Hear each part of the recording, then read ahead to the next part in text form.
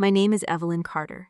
I'm 33, and I've spent the last 9 years testifying in federal courtrooms as a digital forensics investigator, the person prosecutors call when a hard drive needs to speak the truth, even after someone tried to erase it. I was holding a pumpkin pie. I baked at 6 that morning, the pan still warm through the dish towel wrapped around it, when I parked across the street from my parents' house and saw the truth for myself instead of hearing it secondhand. The porch light was on. The curtains were open. And through the dining room window, I watched my entire family sitting around the table I grew up eating at, laughing, passing dishes, glasses raised, and in the chair that used to be mine, pulled up snug to the table like it belonged there, sat a high chair. My sister's dog was strapped into it, wearing a tiny knitted sweater, front paws resting on the table, like he was reaching for the mashed potatoes. I sat there with the engine running, and the pie going cold on my lap, and I told myself there was an explanation. There's always supposed to be an explanation. Then the window cracked open an inch for the cold air, and I heard my mother's voice carry across the yard, clear as a recorded statement. "This is our first peaceful Thanksgiving without Evelyn." Somebody laughed. I think it was my brother-in-law. Somebody else said finally, like it was a punchline they'd all been waiting years to land. I didn't get out of the car. I didn't knock. I put the car in drive with the pie, still on the passenger seat, and I drove 3 blocks before I had to pull over, because my hands were shaking too hard to hold the wheels straight. If you've ever sat outside a house full of people who share your last name and realized you weren't just uninvited, you were the joke of the evening, drop a comment, because I need you to understand what happened next. Actually happened, word for word. 20 minutes later, sitting in a gas station parking lot with the pie untouched beside me, my phone rang. My grandfather's name lit up the screen. Walter Carter, 82 years old, retired county building inspector, the only person in that family who ever called me just to ask how I was doing, and actually waited for the answer. I almost didn't pick up. My throat was too tight to speak. But I answered, and before I could say a word, he said one sentence in a voice I'd never heard him use before. Flat, deliberate, the voice of a man reading you your rights. "Don't cry. They have no idea what they've just done." Then he hung up. I sat in that parking lot for a long time, trying to figure out what he meant. I want to back up and tell you who I actually am to that family, because the version they tell each other is not the version that's true. And I know the difference, because documenting the difference is literally my job. I grew up in a house where my father ran a small contracting business, and my mother kept the books badly, and where money disappeared in ways nobody wanted to look at too closely. I was the daughter who noticed things. I noticed the invoices that didn't match the deposits. I noticed when my sister Madison's study abroad fund came out of an account that was supposed to be for my college tuition. I noticed, and I said something once, at 16, and I got called dramatic, ungrateful, a troublemaker who couldn't just let things be nice. So I stopped saying things. I got a scholarship instead. I put myself through a criminal justice program, then a master's in cybersecurity, then a job with a firm that gets called in when companies suspect an employee has been quietly destroying evidence of fraud. I learned how to read a deleted file, like other people read a sentence. I learned that nothing digital ever really disappears. It just gets buried under a file system that thinks it's been erased. My family calls this Evelyn's computer thing. At my cousin's wedding 2 years ago, my uncle introduced me to a table of strangers as the one who couldn't make it as a nurse, so she does something with computers now. I have never once studied nursing. I didn't correct him. I've stopped correcting most things. Here's the arithmetic I want you to sit with, because it matters for everything after. In 5 years, I quietly paid off my parents' second mortgage twice, routed through payments they never traced back to me. I covered my sister's court fees after her second DUI, billed through a shell account so nobody would ask questions at dinner. I flew home for every holiday for a decade, trunk full of groceries and gifts, always leaving before anyone asked if I needed help with my own life. And tonight, they set a dog in my chair and called it peace. If you've ever felt like you were just a line item in your own family's ledger, the recurring expense that shows up, pays, and leaves, I need you to keep reading, because this is the part where the ledger gets audited. My phone buzzed again. A text this time, still from my grandfather. 4 words. Come to the house. I almost didn't. I sat there staring at the pie, at the crimped edges I'd shaped that morning, thinking about how my mother always said my crust was a little dry, which was the closest she ever came to a compliment. I thought about driving straight to the airport instead, buying whatever ticket got me furthest away by midnight. But something in the way my grandfather said, "They have no idea," wouldn't let me leave. That wasn't comfort. That was a warning aimed at someone else. So I turned the car around. By the time I pulled back onto their street, there was a second car in the driveway that hadn't been there before. My grandfather's old Buick, parked crooked across 2 spots, like he hadn't bothered to care about the lines. The porch light was still on. Through the window, the table looked different now. Fuller, tenser, like the air pressure in the room had changed. I walked up to the front door with the pie still in my hands because some part of me, even then, didn't know how to arrive at that house without bringing something. I didn't knock. The door was already open a crack. My grandfather's cane wedged against it like he'd been waiting, watching for my headlights. He looked at me for a second, just a second, in that steady building inspector way he used to look at a foundation before he condemned it. Then he said, quiet enough that only I could hear it, "Sit down at your table, I'll do the rest." I stepped inside. Every head at that table turned. My mother's smile didn't just fade, it collapsed, the way a structure does when the load-bearing wall finally gives, slow at first, then all at once. My sister's dog barked once from the high chair and nobody moved to quiet it, because nobody in that room was thinking about the dog anymore. My grandfather walked past me into the dining room, reached the front door behind us, and turned the deadbolt with a click that sounded, in that silence, like a verdict. "No one is leaving this table," he said, "until we've talked about a few things." He pulled out the chair at the head of the table. My grandmother's old chair, the one that had sat empty since she passed, and he sat down like a man who had been rehearsing this moment for longer than one Thanksgiving. "Madison," he said, not looking away from her, "why don't you start by telling Evelyn about the phone calls?" My sister's face went the color of the tablecloth. I stood in that doorway holding a pie no one was going to eat, and for the first time in years, I wasn't the one keeping score in silence. Someone else had finally opened the ledger, and he had brought receipts. My father hadn't said a word since I walked in. Both hands flat on the table, like a man bracing for an inspection. He already knew he'd fail.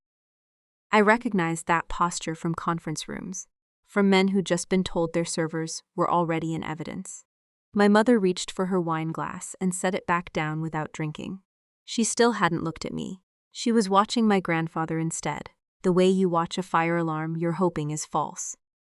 "Walter," she said, thinner than I'd ever heard her, "it's a holiday. Whatever this is, it can wait."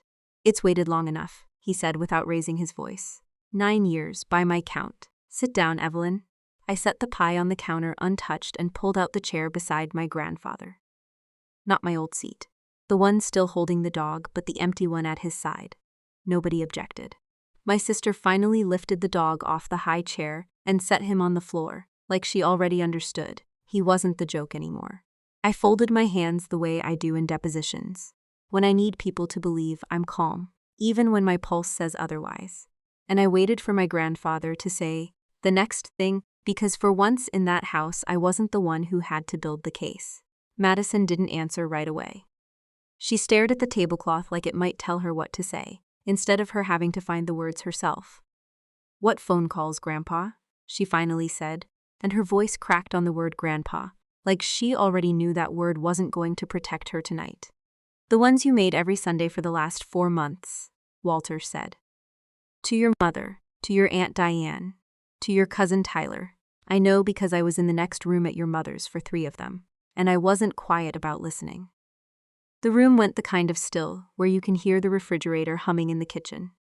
I sat with my hands folded, watching my sister's face do the thing it used to do when we were kids. And she got caught, a flicker of calculation before the tears came, like she was still deciding which version of sorry would work best. If you've ever watched someone you love do math on how to get away with something, instead of just telling the truth, you know exactly the look I'm talking about. Drop a comment if you've seen that flicker before. because it's the moment you learn who someone really is. I want to take you back 3 months, because that's where this actually starts, not tonight. It was a Tuesday in August, and I was in my office at 11 at night, the kind of glow-in-the-dark hour where the only light comes from 3 monitors and a half-empty coffee. That's gone cold and bitter. I was working a case for a manufacturing client, whose CFO had been quietly siphoning funds through a vendor account that didn't technically exist, routing invoices to a shell company registered in his sister-in-law's name. Standard stuff for me. The kind of case where people think deleting an email makes it gone, when all it really does is move it to a folder that thinks it's invisible. My phone buzzed. A text from my cousin Tyler, the one who never texts me first. Hey, random question. Does your firm ever help with, family stuff? Not work stuff. Just curious. I should have known right then. I didn't. I told him sure. Depends what he meant, and he never answered. 2 weeks later, my mother called me on a Thursday, which she never does, because Thursdays are when she does her hair and doesn't like being interrupted. She asked me, almost too casually, whether the money I sent for the mortgage went through a company or just, like you directly. I told her it didn't matter. She said it mattered to her for her taxes. I believed her because I had no reason not to. That's the thing about being the one who trusts people. You build your whole professional life around catching liars, and you still don't see the ones sitting across from you at dinner. Here's the smell I remember from that week. My mother's kitchen always smells like the cinnamon candle. She keeps burning stove and dish soap, and, underneath it faintly, her cigarettes from the back porch that she thinks nobody notices. I remember standing in that kitchen refilling my coffee while she asked her question about the mortgage, and thinking the smell was the same as always. And thinking that meant nothing had changed. I was wrong about that, the way I'm rarely wrong about anything. By September, the calls got stranger. My Aunt Diane asked if I still had that job with the government thing, which I don't and never did. But the way she asked it felt like she was trying to figure out whether I had access to something specific. My uncle asked, out of nowhere at a barbecue, whether I'd ever helped a friend disappear from someone's life legally, like restraining order stuff. I laughed it off. Told him that wasn't my specialty. He nodded like the answer satisfied something he'd been sent to check. I didn't put it together yet. That's the part that still sits wrong with me, the not putting it together. I do this for a living. I get paid to notice the pattern before the client does, and I sat inside my own family's pattern for 3 months, like a client who trusted the wrong vendor. The night everything clicked was the last Sunday in October. I called my mother about Thanksgiving, just to ask what time to come, what to bring. She paused a half-second too long before answering. The kind of pause I know from recorded interviews, the one right before someone decides which lie is safer than the truth. She said, "Oh, we'll figure out details closer to the day," and changed the subject to Madison's dog. That pause is what did it. I hung up the phone and sat at my kitchen table with my laptop open out of habit, and instead of working my actual case, I did something I'd never let myself do before. I pulled the family group chat back up from my old phone, the one I still keep synced for no reason other than muscle memory, and I started reading 4 months of messages I'd been quietly cropped out of. If you've ever gone looking for proof of something you already knew in your gut was true, you understand the specific kind of sick feeling that comes with finding it. Drop a comment if you've felt that exact drop in your stomach, because it doesn't feel like winning, even when you're right. There it was, a separate chat. Not the family group I was in. A new one, created in July, named Thanksgiving Planning, with every single person from that dinner table in it except me. 4 months of messages about how to handle the Evelyn situation. Messages about how much easier things were without me, correcting everyone all the time. Messages about how my mother had been putting money aside from what I sent for the mortgage and using it to help pay off Madison's court fees debt to a private lender, on top of what I'd already covered, because apparently once was never going to be enough. I read all 4 months in one sitting. My hands didn't shake reading it. That surprised me more than anything else that night. I've read worse in other people's stolen money before.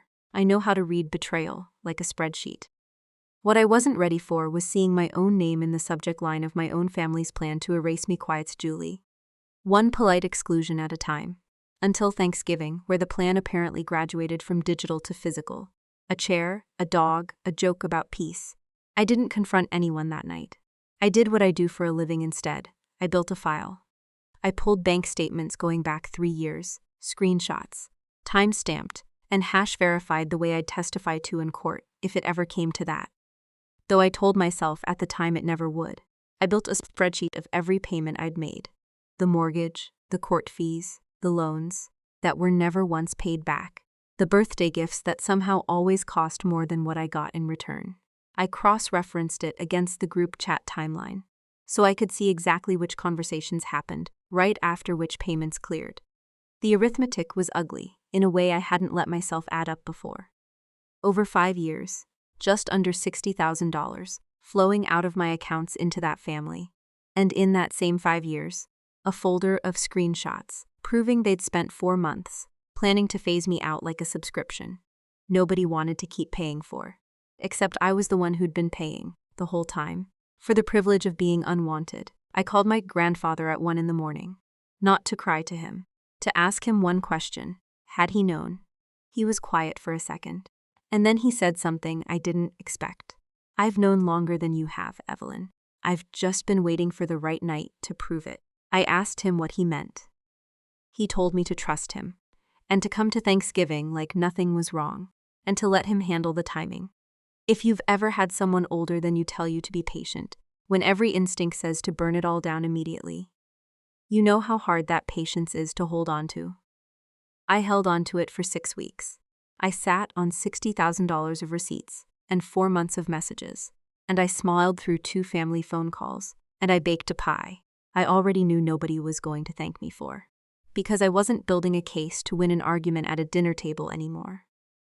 I was building a case the way I build every case, to leave no room for anyone to talk their way out of what the evidence already proved.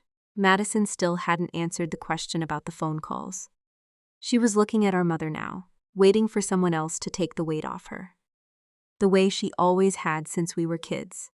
My mother's jaw tightened, just once, a small muscle flex at the hinge that most people wouldn't catch. I caught it. I've spent 9 years watching people's faces for the half second before they decide to lie, and hers did the thing I'd learned to recognize in interview rooms. The flicker of a person deciding which version of the truth costs them the least. It wasn't like that, she said. We just thought. With everything going on with Madison, it was easier to plan things without me finding out, I said. Not a question. She didn't answer that either. I sat there and felt something shift in my chest that I want to describe honestly, because it wasn't rage, not yet, and it wasn't sadness, though I'd expected one of those two things to show up first. What actually happened was quieter and colder than either. It felt like the moment in an audit when the numbers finally stop almost matching, and you see, all at once, the exact shape of the fraud. Not an emotion. A calculation completing itself. Here's what I want you to understand about that moment, because I think about it more than almost anything else that happened that night. For 33 years, I had been waiting for this family to add me up correctly. I kept paying, kept showing up, kept believing that eventually the math would work in my favor, that eventually somebody would look at everything I'd given and arrive at the conclusion that I mattered.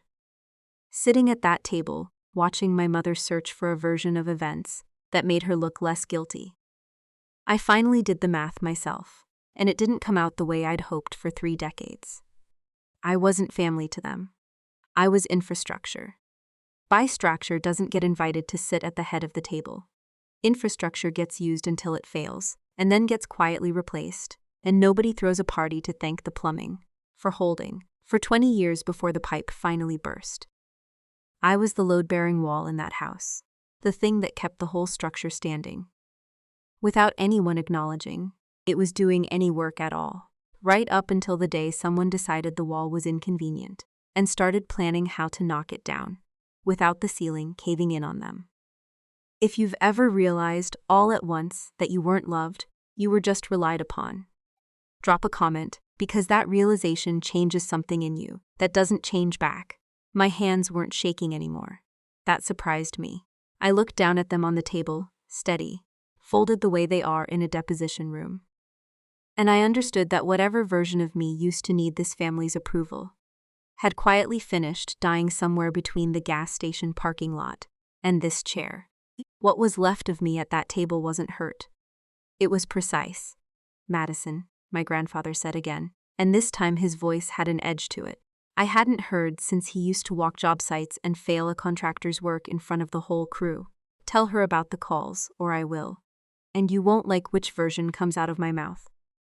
My sister's hands were shaking, which was strange to watch, because for years I'd been the one whose hands shook at that table, and she'd been the one calm enough to watch me struggle.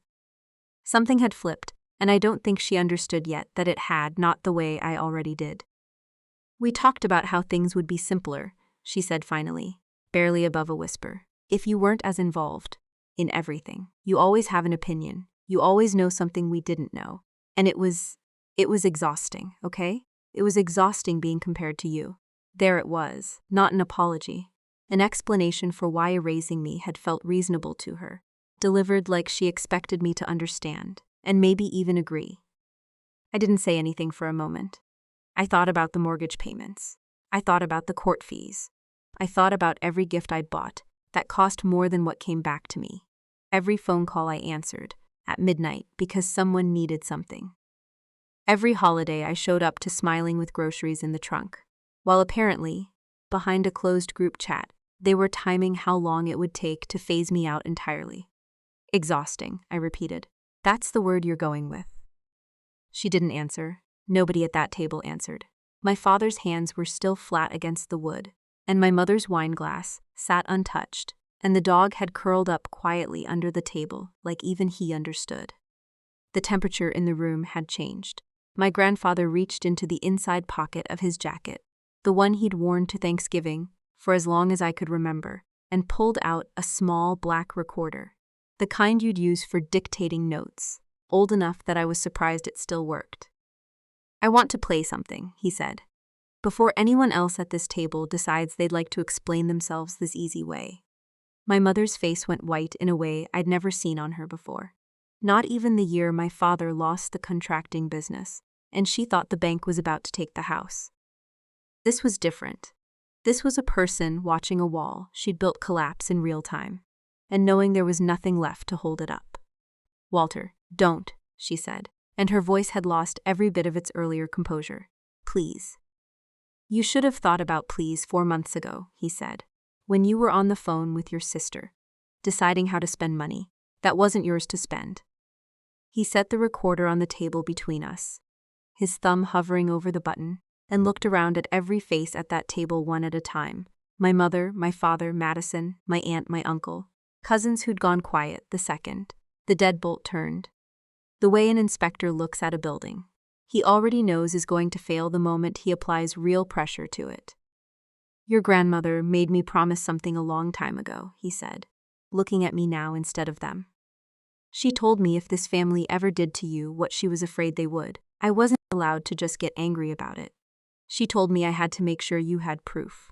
Real proof. The kind nobody in this family could argue their way out of. I felt something tighten in my throat that had nothing to do with the pie, or the dog, or the empty chair, or any of it.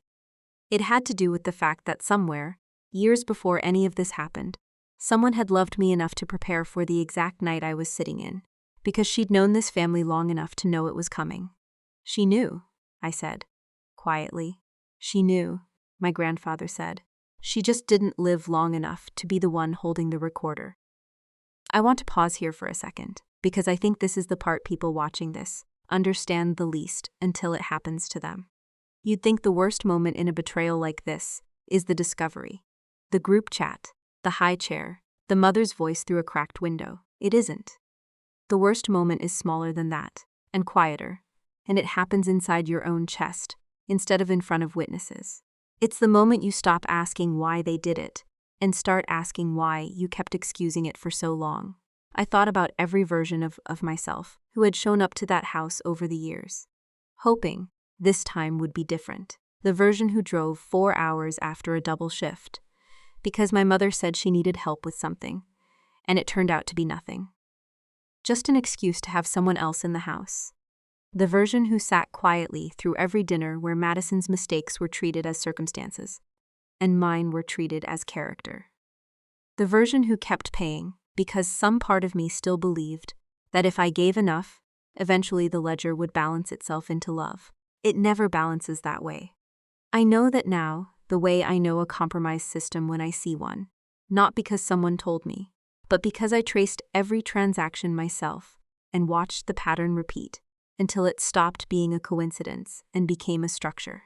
If you've ever kept giving to people who were quietly counting down the days until they didn't need you anymore, you already know exactly the moment I'm describing. Drop a comment.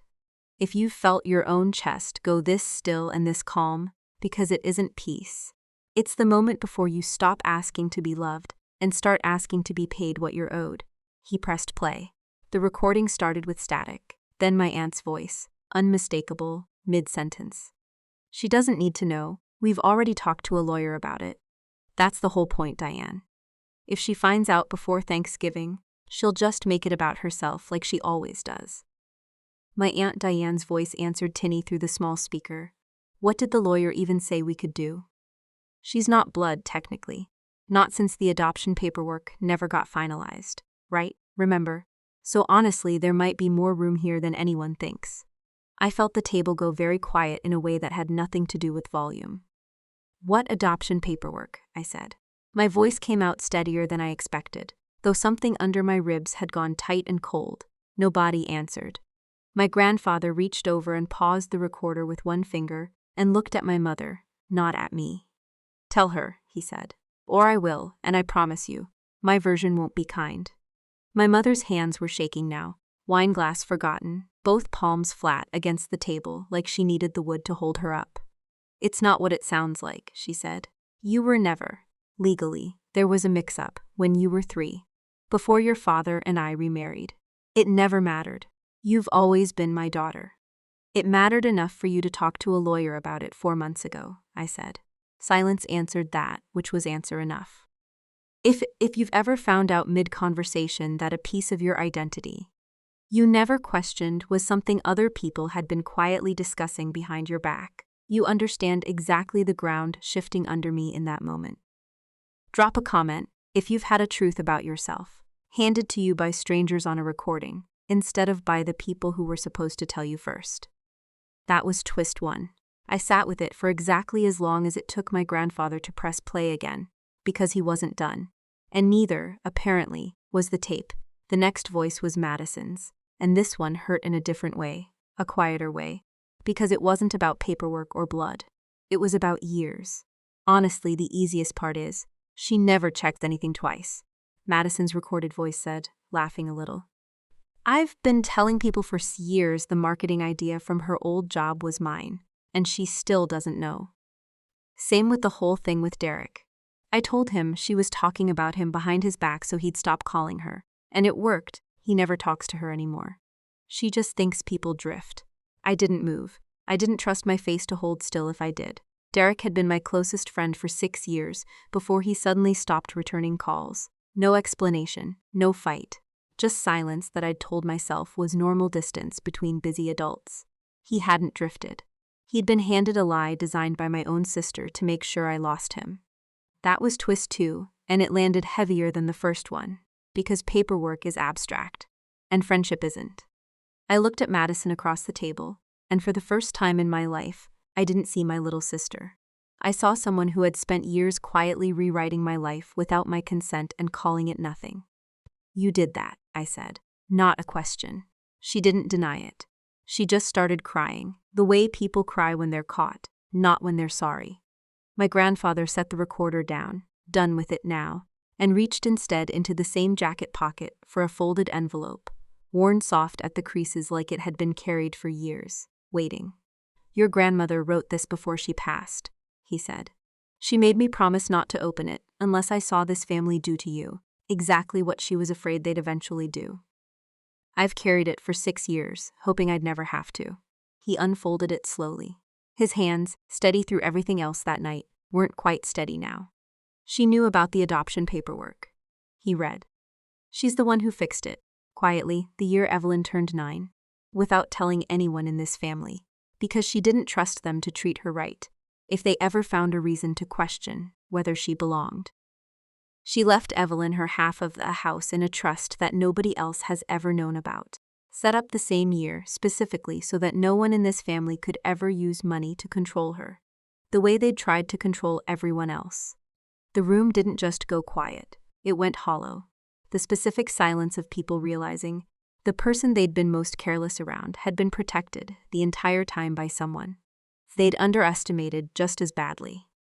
That was the final twist, and it wasn't a twist of betrayal. It was the one piece of proof in that whole house that somebody had seen me clearly a decade before I saw myself clearly. My grandmother had spent her last years quietly building a structure to hold me up, the same way I'd built one to protect myself without knowing anyone else already had. I stood up from the table. Nobody stopped me.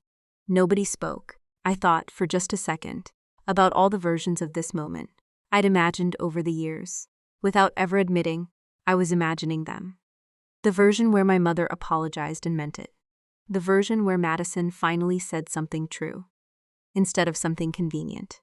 The version where walking out of that house felt like losing, instead of finally being free. None of those versions matched what actually happened. What actually happened was quieter, and it didn't need their permission to be complete. I looked at my mother, who wouldn't meet my eyes, and my father, who never had much to say to begin with, and Madison, still crying the wrong kind of tears, and I felt the strangest thing settle into my chest. Not triumph, not the grand satisfaction I might have imagined if you'd asked me 3 months earlier what this moment would feel like. Just clarity. The kind you get at the end of a long audit when the numbers finally stop lying to you. "I'm not angry anymore," I said. And I meant it, which surprised me even as I said it. I spent years trying to prove I deserved a seat at this table. I don't need to prove that to any of you again. I picked up my coat from the back of the chair.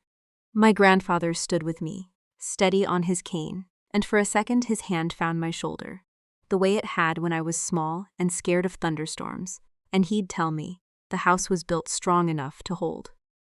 "You were never the problem in this house," he said, quiet enough that it was only for me. "You were just the only one honest enough to notice there was one." I walked to the front door. Nobody followed. The deadbolt clicked open easily under my hand, and the cold November air outside felt cleaner than anything I'd breathed all evening. Here's what I want you to take from this, if you've made it this far with me. You don't have to burn a family down to walk away from one that never valued you. Sometimes the truth does the burning for you, and all you have to do is finally stop standing in the room, holding a pie nobody asked you to bake, waiting to be thanked for something that was never going to be seen. I think about the version of me who parked outside that house 3 hours earlier, holding a pie, still hoping there was an explanation that would make the high chair make sense. I don't think badly of her. She didn't know yet what I know now.